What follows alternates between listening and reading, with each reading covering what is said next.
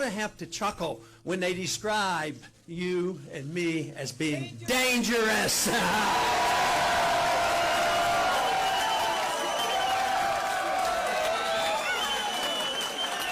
That's one thing, they are telling the truth, because we are dangerous to the status quo of this country. Ron Paul is here. He retired from Congress in January after serving 12 terms as a representative from Texas. He dedicated his long political career to advocating libertarian principles, individual liberty, economic freedom, and non-interventionist foreign policy. He ran for president on that platform 3 times. He has been called the intellectual godfather of the Tea Party movement. In his new book, he writes about America's education system and proposes changes to fix it. It is called The School Revolution, a new answer for our broken education system. I am pleased to have him here at this table for the first time. Welcome. Thank you. Nice to be here. It's about time you came here. So before we talk about the book and education, and the book's called The School Revolution, a new answer for our broken education system, as I said, define what libertarianism means to you. You know, to me, the word I use to best define it is something not a lot of people use. I call it non-intervention. Yeah. And non-intervention in personal life, non-intervention in foreign policy, non-intervention in... There it is. And because it sort of tells you what conservatives and libertarians and constitutionalists and classical liberalism has been used closely as aligned, with libertarianism. But non-intervention, as you say, I don't want to interfere in your personal life. The one rule is you can't hurt another person. That's when government's necessary.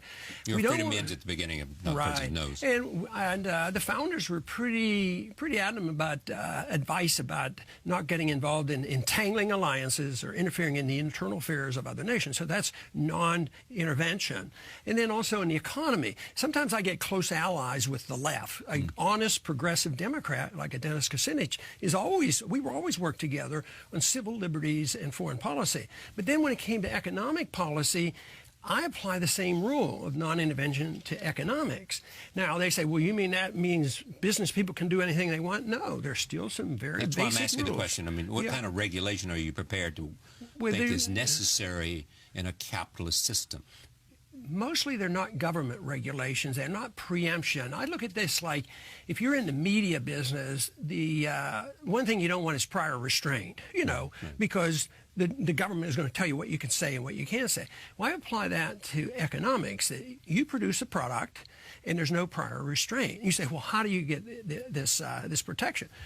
The free market is pretty strict on regulation. So you wouldn't want to see a FDA? No, they do as much. You have to get their approval before you can market a drug. Yeah, and the FDA is run by individuals who used to be in the drug. They're connected with the. Well, but you can't just dismiss it that way. I mean, there's an idea here, brother, that they are corrupt people because of whatever. Most of the time, when you have regulations, say you regulate banking, the banking lobby writes those. If it's FDA, okay, but stay with it. Okay, but let's assume what you're saying is true. Well, that's good. That's one good reason not to do it. Okay, the pharmaceutical company controls the FDA. Right. Is that your point? Yeah. And so, therefore, whatever they do is what? Well, sometimes they prevent good drugs from coming out, and sometimes they endorse bad drugs. But if, in fact, they keep bad drugs from coming out, is that a useful purpose? Yes. And that's prior restraint, then? Yes, but you're making the assumption that in the market there would be nobody to supervise. There would be supervisory organizations that would voluntary organizations. Yeah, I mean, you have a good housekeeping seal of approval that people use all the time. You believe that would work with respect to drugs when you know? I think it will not be perfect, but what we have today is so imperfect because the assumption is made that most business people don't want to take good care of their customers. And I think that's wrong. I think most business people... but the question is not what most want to do. The question is how do you make sure those who don't want to take care of their customers, who want to do otherwise, that there is some barrier from them doing it? Yeah, if you want perfect safety in any area, in social matters... Not perfect, but it minimizes the kind of things that, whether it's, I think every regulation creates the necessity of having 2 new regulations, and that's why the Federal Register grows all the time. They don't solve the problems. They are unintended consequences. There's expenses involved. But the assumption is... Saying all bad regulation, as long as there are regulations that don't serve the purpose, you should have no regulations. I want regulations by the marketplace, because there are some. You can't commit fraud, you can't steal, you can't hurt people, you can't do a lot, and there should be immediate reaction. It's not like you can do anything you want, and the basic assumption is that business people want to satisfy their customers. But when you have regulations, it becomes politicized. It's totally political. It's sort of like distributing R&D funds. Oh, well, everybody wants research and development, but if it's political, you put the money into the wrong things. Then are you saying regulations are a bad thing because they don't work, because they become politicized, or... Those are pretty good reasons. Okay, but is that the reason? Mine is a moral reason that a moral reason that I don't. The same reason I don't have the moral reason to come here and use prior restraint, because you might libel somebody, or you might say something that will harm a lot of people. Just think of the damage. The damage done by bad philosophy, philosophy and religion. Look at all the things that are done. But we wouldn't think for a minute. More people have been killed by bad religious theology, distorted theology, I think it is, as well as in philosophy. Yeah. I mean, the philosophy of totalitarianism has been around for a long time, but we don't burn the books and prevent you from studying it, because, and look at much more harm was done by freedom of choice with our minds and in religion. Those kind of problems are so much greater than if you say that there's a self-regulatory aspect of what free people will do. We gave up too soon on the principles of liberty, and I think that's really what I'm interested in. Did the Federal Reserve serve us well then at the time of the economic collapse? No, I think they prolong the agony, and it just means that there's going to be more suffering later on. We're into our 5th year now, and we're embarking on what we did in the 30s. The Depression lasted 15 years. The correction wasn't permitted. The Japanese economy hasn't revived because they kept doing the wrong things. You have to allow a correction of all the mistakes, and we have not allowed that to happen. In other words, what would you have preferred to have been the response to the economic collapse? Do a lot less. Not created as the best. Prevention. So what if all the banks had gone under and all that? That would have been okay because the market worked? Because it's the best thing to do is not reward the people who made so much money. The people who were in the derivatives market and the market, they were rewarded at the penalty of the middle class. They got the taxes. They lost their jobs. They lost their mortgages. They lost their houses. And would more, if they hadn't stepped in and said this is a temporary matter, but we have to step because the economic system, like it did in the Great Depression, is about to collapse? Yeah. But what they did was what they did in the Depression and made it worse. So that is the real problem. Closing the banks made it worse? Bailing them out and propping up a system that caused a problem. But if you're looking for a good example of what you could do to limit it, see, the Fed came in 13. They inflated massively, for World War I, and then there had to be a correction because there was overinvestment and distortion. So in 1921, there was a depression. It lasted 1 year, and none of us even study it in school because hands off. The people have overextended, and they weren't solvent. They went out of business, and it was over. But in the 30s, the Keynesians came in and said, you can't do this. Out of humanitarian concerns, we have to care for people. So they said, spend more money, borrow more money, print more money. And the Depression ended not until after World War II. So stimulating the economy on the part of the Federal Reserve or any other policy is not a good idea at a time of economic It's never severity. A good idea because they stimulate the stimulation. You don't know where it's going to go. In the 90s, we stimulated all the money going in. It went into the NASDAQ and created a bubble. In the early part of this century, the money went into housing. So you can't control it. You can say, well, money out there will help stimulate, but you never know. But it stimulates one thing for the middle class, and those are prices. Yeah. So some people make a lot of money. It's to the benefit of governments and the bureaucrats and big business, the military-industrial complex, but it's not good for the middle class because their cost of living their cost of living goes up much faster than their wages. And just look at it today. I mean, we have two societies, and that's explainable by Austrian economics. It's not explainable by saying, well, the 1%, the rich people, if you're in the top 10%, we need to tax you more. So under a President Ron Paul, we would not have had an idea you once had. Did you seriously think you could be president? Yeah, Or I was could it be, you but I really wasn't wanted to? sitting there anticipating that would likely But it was a worthwhile happen. endeavor because you could have I it used to kid that I'm taking a risk, you know.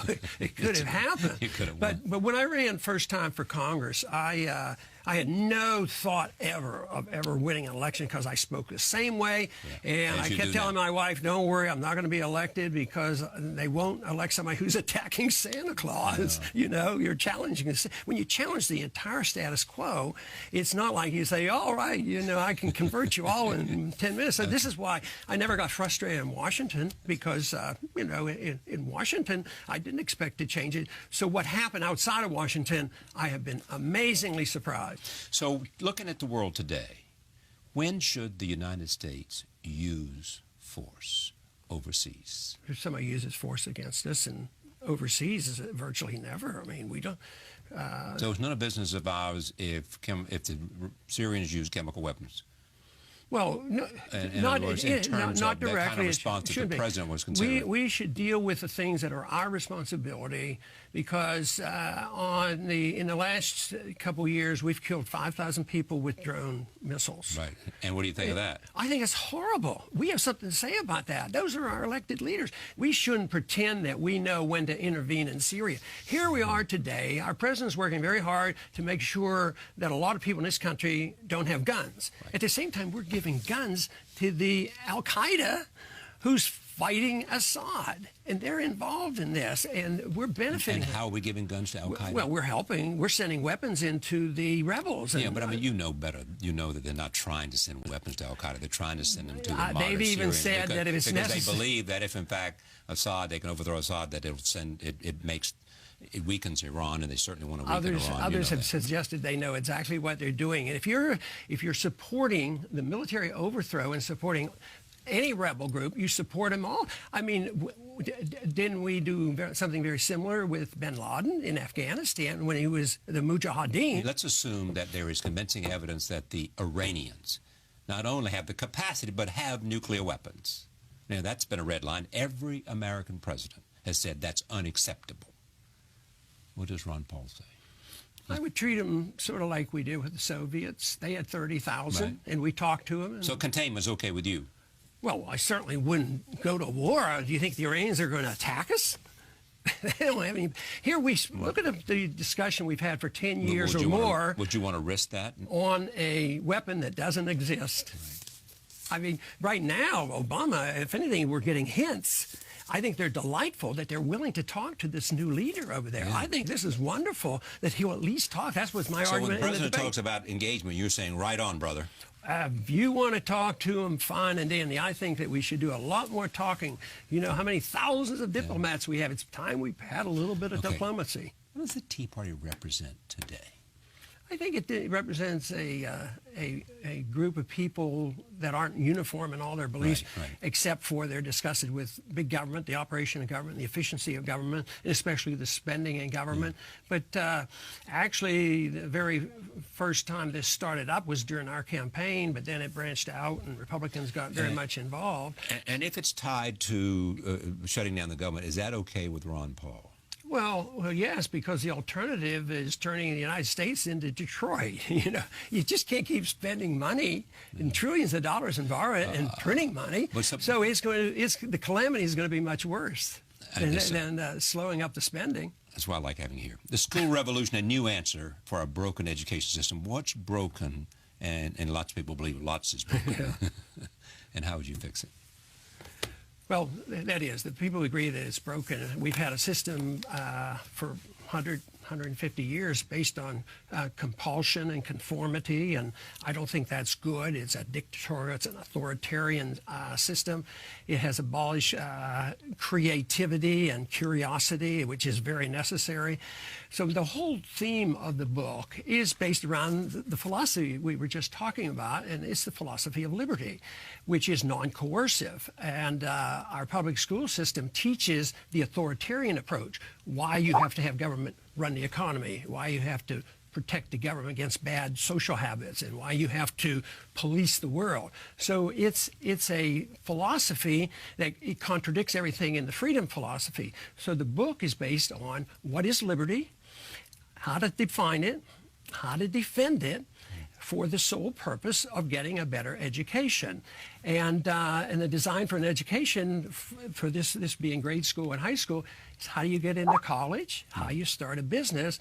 But it's really designed in such a way where the student and the parents become totally in charge and not the Washington scene. Washington now is writing, it's Republicans and Democrats. The Republicans gave us No Child Left Behind, and, nobody likes that anymore. And now we're having core curriculum. It's more and more testing and controls, and the kids are bored to death. Kids want to learn. Before they get into school, that's all they do is they ask questions and they learn. And school, the public school system just sort of squelches all that curiosity. I know. With respect to public schools, though, homeschooling, you believe that is the way to go in terms of parents who believe that the public school education is not benefiting their kids? I think it's an option. That doesn't solve all the problems because I don't think 100% of the people should homeschool. Okay. The goal is to look at people who are self-starters and self-disciplined, to create leadership, people who are interested in another school of thought on economics and willing to listen to the non-interventionist policies that I talk about. So it's probably 20% maximum that would be, likely to take this course. And also, it's designed to protect liberty, which means it protects everybody's homeschooling program. Mine is non-religious. It's sort of a secular approach to liberty so that the individuals are always protected. Then we get away from all these arguments. Can you say in prayer at school and what books? How are you going to pick the right book in a public school? Because we can find all kinds of examples of a very great bias in our public schools, but I don't want to get in there and be in charge of rewriting the textbooks because you can't satisfy everybody. But if you have people going to private schools and homeschooling, really, that is diversity. That's the kind of diversity. How about charter schools? What do you think of them? Charter school probably gives some people some benefit, but once again, it's, a government. I think it's the best thing it serves the purpose, but they do better, than the regular, public school system. And sometimes they do, sometimes they don't. Yeah, so that isn't the answer. I'm not promoting it. Are you optimistic about America because of, the essence of our creed? I mean by that the Constitution and the Bill of Rights. When I go to the college campuses, which I continue to do, and I like that, and I talk, about all our problems, about 90% of the time, then I talk about liberty and why I'm optimistic, why the market works, and why your business and your life is your own, and why it would be so much better for the world if we didn't have a policy of war. So I become very optimistic, and I'm optimistic because of the reception I get, because libertarian freedom is on the move, and for two reasons. One, it's been developed over the last 30 years. Also, the failure of the system. This Keynesian economics and welfareism and socialism and inflationism, it's failing. Our foreign policy is failing, and people want something different. So the doors are open for an idea, and I think the ideas of liberty are just a wonderful thing, so I'm an optimist about that. Any doubt in your mind that the senator from Kentucky, Rand Paul, your son, will run for president? Well, I think it's a little early. When they started that last year, in the fall, they started about the next election. I said, I'm still trying to count my votes from the last election. Wait a minute. So, he's acting like he's very interested. No, he is. He's acting like he's running. He acts like he's running. Yeah, I wouldn't argue with that, but people don't believe this, but he and I don't have a whole lot of conversations like that about what are you going to do today. Do you have a whole lot in common? We have a lot in common. Do you? I think so. Like 99% of what he says, you agree with 99% of what you say? Yeah. What do you differ over? I think probably approach. He's a little more nuanced, I guess, or say. He's more nuanced. But he's leading the charge. I don't think he's going to come out and say that the Fed is the greatest outfit we ever had, and we don't need to audit them. That's not going to happen. Then if he does that, he can't go. And he's been very good on NSA, and I like that. Oh yeah. And right and left. My main goal. Tell me what you like about NSA. That's a good point. Nothing. Exactly. Nothing. I don't like it. But what I like about the debate and debate. What I'm talking about in school and what I did in Congress is bring a new coalition together. And we saw it with NSA, and we saw it with the vote that didn't occur on the war. And that's bringing progressive Democrats together with libertarian. I think that's the new move, and I think progressive Democrats and libertarians is a new majority?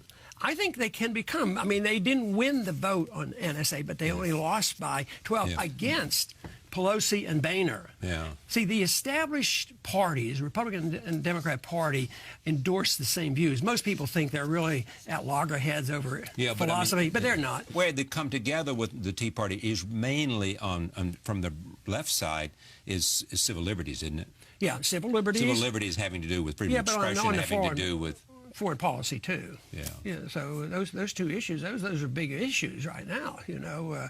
So matter of fact, the position I took into campaign on the economic issues, because we're broke and it's going to lead to bad things. I say, why don't we agree to bring troops home and save our money? And I said, even though I'm opposed to some of these social programs, child health care and these things, I said, but so many people are dependent on it. I will not start there and start cutting those programs. Sometimes Republicans get trapped into saying, we're going to cut some welfare programs, and they want billions and billions more to police the welfare. So I don't take that approach. And that's the reason I don't seem to be so hostile to even working with people who have a disagree with me, and they might want total government medicine, which obviously I don't.